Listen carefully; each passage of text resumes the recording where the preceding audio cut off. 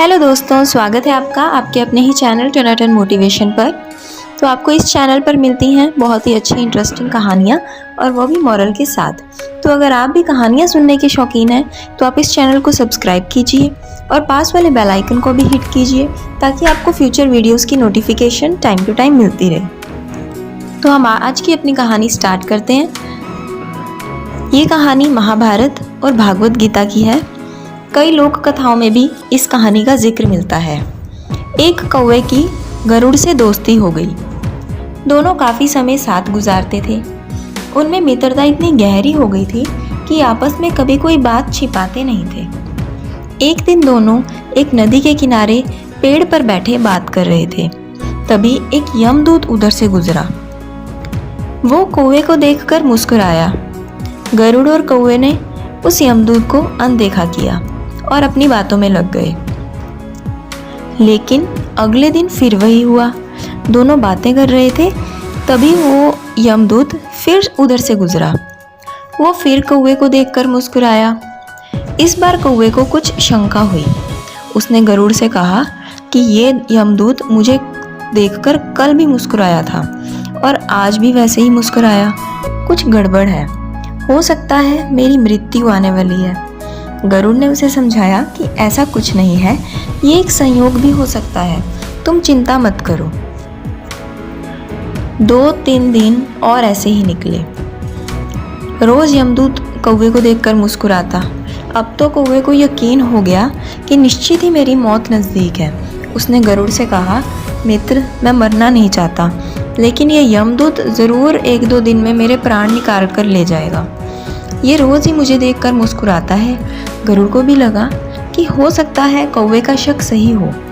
उसने कौवे को धैर्य बंधाया।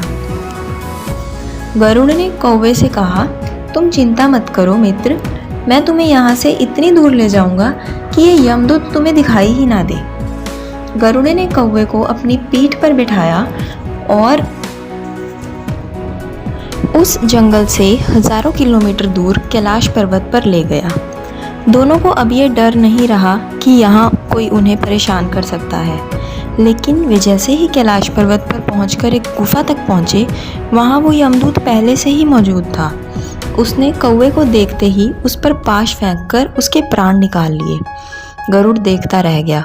उसने यमदूत से पूछा, तुमने इसे मारा क्यों? यमदूत ने कहा कि इसकी मौत इसी समय लिखी थी, इसलिए इसके प्राण निकाल लिए। गरुड़ ने फिर पूछा, तो फिर तुम इसे देखकर उस जंगल में मुस्कुराते क्यों थे? इसे मारना ही था तो वहीं मार देते।